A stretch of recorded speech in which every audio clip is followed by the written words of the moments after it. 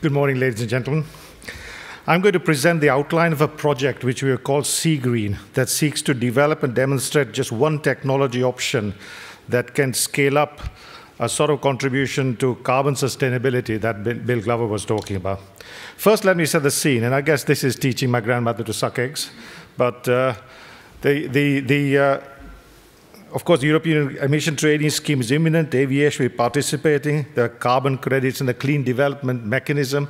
There's a very complicated sort of political, technical, and commercial environment coming. In that, we have, at Cranfield, tried to look at a sort of holistic situation in terms of how will the entire supply chain and sustainability map look like in about, say, 25 to 50 years. And in terms of that sort of aspirational goal, it's always nice to have one. It's kind of the ultimate extension of the being an optimist that Bill was talking about, was to look at essentially, if I could go across the next slide. This slide sort of illustrates that in a form. Imagine that you may have sort of algae or biofuel production facilities, which for want of lack of land and lack of fresh water, maybe we might put on the ocean. So you can see a stretch of ocean down below in which there are a number of these facilities, and I'll come to what they might look like later on.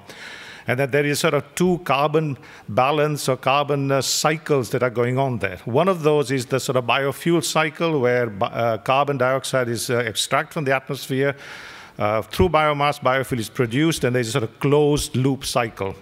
There's another sort of open loop cycle where if one were able to sequester some of the carbon dioxide you're collecting from the atmosphere, then that would offset the fossil fuel that you might want to continue to use.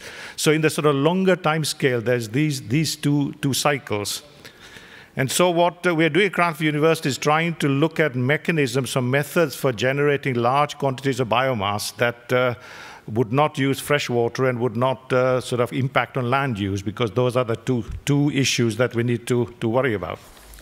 So the sorts of issues that we addressed is, where will the biomass come from? Will sufficient volumes be available? What about land and water use? And can biofuels be produced at a competitive price? So there is a project going on called Sea Green, which is looking at scalable, very large ocean-based facilities for the economically viable production of algae and potentially other biomass for aviation fuel and CO2 sequestration. So it offers the prospect in the very long-term future of fully sustainable carbon aviation. And so currently we are going through a project of facility design and some of the sort of preliminary engineering.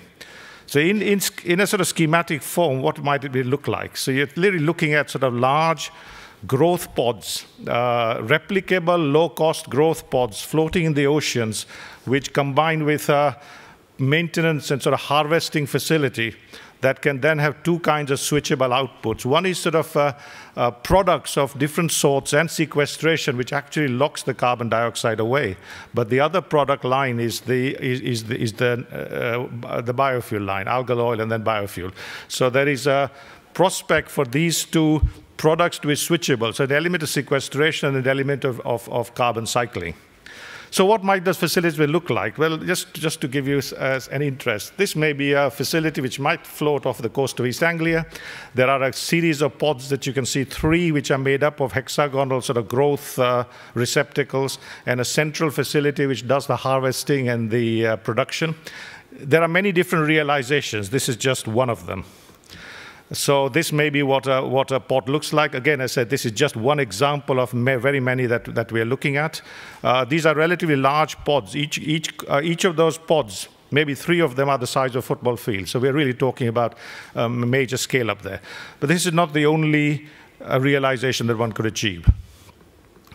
This is a sort of close-up view. In this case, there's an algae growth medium and a sort of a worker's view of what it might look like as he's standing on the side of one of these. So there is a project underway at the moment. There's a 4-stage project where stage 0 is some of the initial engineering and technical modeling, the economic modeling. Stage 0 is completed. Stage 1 has just started, which is really looking at a generic design applicable of European waters. Stage 2 is a site-specific design.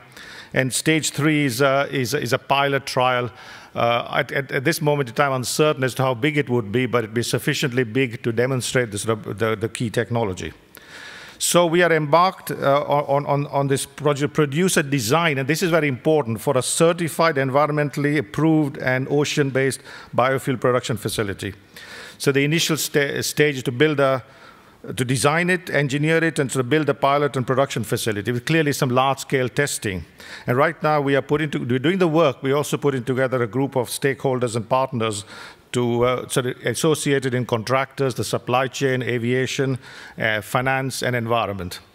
And the ultimate objective is to demonstrate a financially viable option for producing these large quantities of biomass. Thank you.